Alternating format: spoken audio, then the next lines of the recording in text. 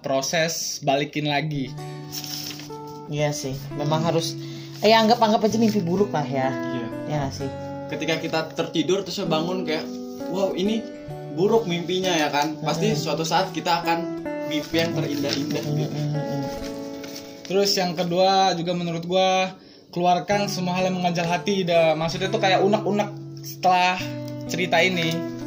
Misalkan kayak lu baru punya masalah tuh kan, lu habis lapang dada, lu terima. Terus tuh ya lu keluarin aja unek-unek lu, keluarin pelan-pelan. Mau sedih, mau galau, mau amarah, mau kecewa, apalagi bahkan frustasi, udah dikeluarin aja dulu pelan-pelan semuanya. Lu bisa cerita ke keluarga, sahabat. Karena apa ya? Biasanya tuh kalau wanita nih kebanyakan nih, setiap mendapat masalah yang menurut dia paling besar, paling sakit gitu, biasanya dia berdiam diri, mengurung diri di kamar tuh. Nah, tolonglah diperkurang itu. Apa maksudnya? Ya coba belajar cerita gitu, ngeluapin semua masalah itu. Karena nggak akan selesai tuh masalah cuman mengurung diri, mengeluh. Ya gitu sih menurut gua. Ya kata gue sih dia dengan cerita di ruang sejenak ini dia sudah berusaha mengungkapkan semuanya, ya nggak sih, Mai? Udah usah. Ya kan? Habis itu yang ketiga, jaga jarak dari seseorang ya, ibaratnya bisa sebut mantan lah. Jaga jarak dari mantan gitu. Gue jadi inget nih ya, gue dulu pernah punya hubungan sama seseorang. Jadi ditinggal lagi sayang-sayangnya. Wow. Terus gue tuh dikasih tips, lo hapus semua yang berhubungan sama dia. Benar.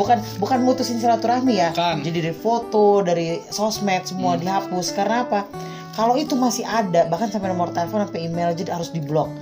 Karena kata temen gue gini, kalau lo masih punya akses untuk menuju ke dia, lo itu akan berusaha untuk stalking tentang dia, ya nggak sih? Iya. Benar. Dia lagi apa sih dia gap. Tapi kalau kita udah nggak punya FB-nya, IG-nya ya kan, atau teleponnya, WA-nya, kita mau stalking juga, mau apa? Media juga udah nggak ada gitu ya kan.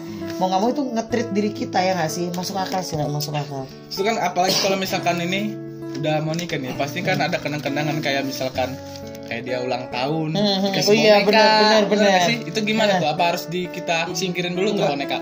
Apalagi dia katanya udah ngasih cincin katanya Kak. Jual aja cincinnya cuy. Ya nggak sih? Jual buat me time loh. Iya. Iya dong. Dia singkirin juga itu. Kalau gue iya. Dari mantan pemberian. Iya, kalau gue pokoknya apapun, tapi ini menurut gue ya. Iya. Apapun itu, mending gue kubur aja semuanya gitu. Iya. Karena apa ya? Segala sesuatu yang berhubungan dengan dia pasti akan ngebuka kenangan lagi, ya kan? Nah itu tadi, jadi daripada kita berlarut-larut, udah musnahkan aja semuanya. Menurut gue sih gitu. Ya. Oke, terus tuh yang keempat, menurut gue cari kesibukan atau hal-hal yang positif gitu. Pasti kalau kita misalkan udah gagal nikah itu, ada aja gitu perasaan yang timbul, ya sedih, kecewa itu udah pasti banget itu. Bahkan sampai dalam dia ngerasain sedih kecewanya itu. Kalau misalkan dia bisa nyelesainnya dengan cepat, karena dari stres, depresi, ya itu namanya apa tadi? Ya udah dikeluarin tuh unek-uneknya, jaga jarak, terima lapang dada. Ya udah dia tinggal ngisi hari-hari dia aja dengan kegiatan-kegiatan yang dia suka, gitu nggak sih? Cari kesibukan. Iya benar. Iya contohnya kecilnya udah misalkan dia tuh udah apa sih kok gua gagu ya, sedih. Ya kemana nih? Kayak lu bantu itulah, misalkan kayak bantu orang di rumah. Udah mulai lagi kayak sedikit melupakan masalah itu, maksud gua. Melakukan rutinitas yang biasa dilakukan gitu biar tidak balik lagi tuh kenangan, ya, bisa sih. Lu terlalu semangat sih, Le. Karena lu kali bawaan habis kondangan, kok tiba-tiba ini curhat berbanding terbalik gitu ya kan, nggak jadi nikah gitu. Jadi kayaknya langsung pek gitu kayaknya. Kayak gitu. Padahal mah bisa aja mbaknya ngundang kita ya kan. Iya. Tapi kalau nggak ada masalah ini kan dia nggak masuk ke ruang sejenak ya. Apa sih. Ada lagi nih yang kelima, lu bahwasanya percaya bakal ada rencana yang lebih baik untuk kedepannya. Oh iya pasti. Harus percaya dulu tapi. Iya dong, karena kita kan makhluk bertuhan ya. Pasti seperti yang gue bilang di podcast sebelumnya, sedih itu datang satu paket dengan senang, ya nggak sih? Terluka itu sepaket dengan bahagia gitu. Ya sama halnya dengan hidup itu sepaket dengan mati, ya nggak? Jadi ya berprasangka baik, pasti kedepannya itu Tuhan pasti akan kasih yang lebih baik, ya nggak sih? Ya itu tadi sih kalau dari Ale sama Gumai. Mungkin gue cuma nambahin aja sih beberapa notif aja buat mbaknya, untuk ngatasin traumanya.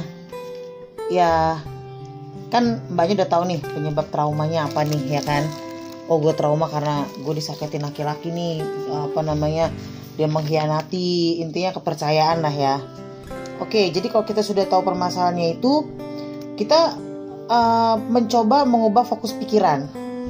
Jadi jangan selalu berpikiran negatif. Jadi ketika ketemu sama cowok, ini pasti bakal susah dipercaya lagi nih, pasti bakal begini lagi, begitu lagi. Enggak, kita harus pelan-pelan merubah mindsetnya dulu, ya nggak sih? Karena memang kalau bawaan kita habis disakitin gitu kan, apalagi trauma, pasti bawaan itu yang gue ketemu ini begini lagi nih, gue ketemu begini lagi nih. Nah itu coba dihilangin dulu, mindset yang seperti itu dihilangin dulu. Jadi ketika lu menjalin sebuah hubungan lagi dengan seseorang, nah bayang-bayang masa lalu itu nggak muncul lagi gitu, nggak membandingkan yang lama begini, yang baru begini, nggak begitu gitu. Jadi kalau kita sudah mengubah mindset, kita juga enak ketika punya hubungan, nggak membandingkan. Karena permasalahan itu biasanya kalau lo aja lah, misal nih lo habis putusan nih dengan pacar lo si A gitu. Ketika putus lo dapet si B, kadang-kadang terbersit kan lo banding, dulu pacar gue si A nggak kayak gini, ya kan? Nah itu tadi maksud gue kenapa dia harus merubah ini mindset dia dulu gitu, bahwa semua orang itu nggak sama, ya kan gitu. Jadi ketika dia punya hubungan lagi, tidak membandingkan gitu. Dan kita juga harus menyadari bahwa setiap hubungan itu kan nggak ada yang sempurna, ya kan? Nobody's perfect gitu kan. Tapi gimana dengan ketidaksempurnaan masing-masing itu bisa saling melengkapi, ya kan? Dengan caranya masing-masing, dengan kekurangan masing-masing. Kalau kita bicara kelebihan ya nggak ada habisnya ya. Pasti gimana caranya kita saling melengkapi dengan kekurangan yang kita punya. Nah itu sih. Kalau kita sudah menyadari bahwa nggak ada yang sempurna, jadi kita nggak sibuk mencari celah. Harusnya lu bisa begini, harusnya lu bisa begini. Gue mau begini, kenapa lu nggak bisa begini? Nah, gitu. Kita selalu menuntut lebih gitu. Tapi kalau kita menyadari bahwa nggak ada sesuatu yang sempurna, karena sempurna itu hanya Tuhan. Dan Jadi nggak ada yang cocok juga kan, nggak sebenarnya juga. Iya, pasti gitu. Karena apa? Kita kan sibuk yang gue ini pengen lu itu yang sayang lu sama gue, care banget lu sama gue. Sedangkan tipikal si cowoknya bukan yang nggak care, tapi memang nggak bisa berkata-kata kan, bisa jadi begitu ya kan. Nah itu tadi harus menyadari gitu. Nah dan lagi perlunya itu kita komunikasi yang baik pada diri sendiri. Jadi kita men-treat hati kecil kita itu kayak, oke, bersabarlah wahai hati, mungkin yang ini beda gitu. Ayo kita coba lagi. Jadi kita coba berdamai dengan diri sendiri dulu deh gitu, ya kan. Jadi kalau kita udah damai sama diri sendiri, insya Allah kita akan automatically itu hati kita kebuka, pikiran kita kebuka. Karena kan hati kecil kita kan suka nggak sih lo kalau misalnya ketemu sesuatu gitu, jangan ini kayak gini. Kita berdebat kan dengan hati kita kecil. Padahal kita pengen gitu. Kayak gue aja nih ya. Misal gue lagi diet nih, sedangkan gue pengen banget es krim karena gue lagi stres. Udah deh makan, kalau udah stresnya hilang kan lu mikir ngerjain yang lain enak. Tapi yang lain tuh bilang, jangan dong, lemak dong. Nah, karena berdebat dengan itu, diri kita sendiri itu untuk hal kecil ya, untuk hal makan, apalagi untuk hal seperti ini. Jadi gue pikir dia harus benar-benar berdamai dengan hati, bahwa segala sesuatu itu sudahlah, jangan flashback terus ke masa lalu gitu. Dan dari masalah ini, si mbaknya ini kan sudah punya pengalaman tuh, ya kan.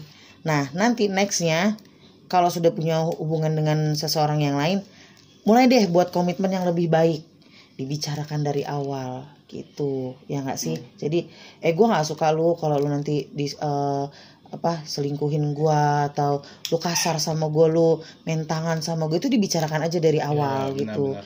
Jadi nggak terlalu banyak kenangan lagi, sehingganya kalaupun nanti nggak jodoh, lu nggak banyak sakit hati. Iya, nggak banyak kecewa. menghabiskan malam-malamnya dengan resah ya kan gitu. Dan kalau semisal memang sudah dapet gitu, coba dikomunikasiin sama keluarga atau sahabat gitu, berdiskusi lah, menurutmu gimana ya, karena aku masih trauma sama yang lalu begini, aku punya pasangan yang baru seperti ini. Nah, bisa jadi kan nanti dari keluarga, dari sahabat akan memberi motivasi ya kan. Karena gue jamin lah keluarga kita itu kalau misalnya yang mereka lihat itu buruk, mereka akan bilang untuk kebaikan kita, ya nggak sih. Dan lu kan sudah belajar tuh di awal tadi, menerima semua dengan lapang dada ya kan, berserah kepada Tuhan. Nah, jadi gue rasa lu akan lebih gampang menerima masukan-masukan dari keluarga gitu. Dan mulai deh belajar bangun kepercayaan sama pasangan, bahwa nggak semua laki-laki itu seperti itu ya kan.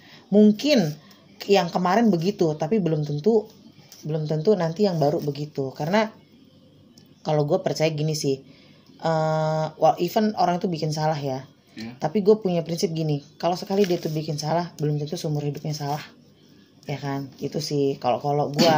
Mungkin mbaknya bisa mengadaptasi bahwa oke, yang lama bisa saja salah, tapi nggak semua orang itu salah ya kan.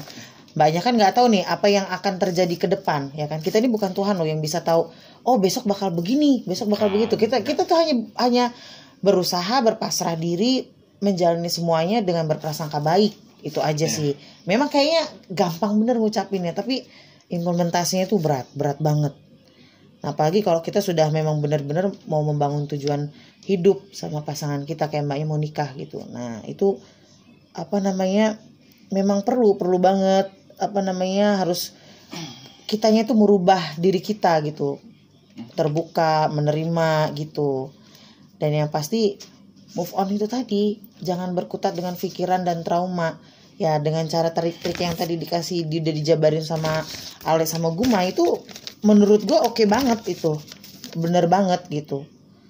Dengan berserah ya kan, kayak gitu kan, lu cari kawan, sharing dan lain-lain gitu. Tapi kalau semisalnya memang semuanya lu rasa masih berat dengan tips-tips simpel kita tadi, ya menurut kita sih simpel ya, tapi implementasinya gua rasa pasti berat lah ya. Kalau semisalnya memang trauma itu dalam banget, ya nggak ada salahnya lu konseling ke psikolog kah, psikiater kah gitu, nggak ada masalah sih. Karena memang kita sometimes butuh yang seperti itu, karena mereka akan memberi masukan sesuai dengan, ya mereka kan expert di bidangnya ya gitu. Cuma kalau misalnya memang malu untuk konseling, ya bisa tadi tips-tips kecil kita itu bisa dijalanin gitu. Itu aja sih kalau menurut gue buat mbaknya. Gue mau ini Kak, mau ngomong sama mbaknya. Siapa tuh? Cuma kalau kemarin sudah luruh air mata, maka hari ini akan ada tawa. Semangat buat mbaknya. Semangat ya, itu tadi. Luka itu sepaket dengan tawa. Ya nggak sih? Bagian sepaket sama kesedihan. Iya, jadi tetap semangat, tetap berprasangka baik, berbuat baik, lakukan yang terbaik, maka Allah akan memberikan yang terbaik. Amin. Thank you kakak. Abis ini kita masuk ke sesi salam-salam ya. Iya. Oke, jeng jeng jeng.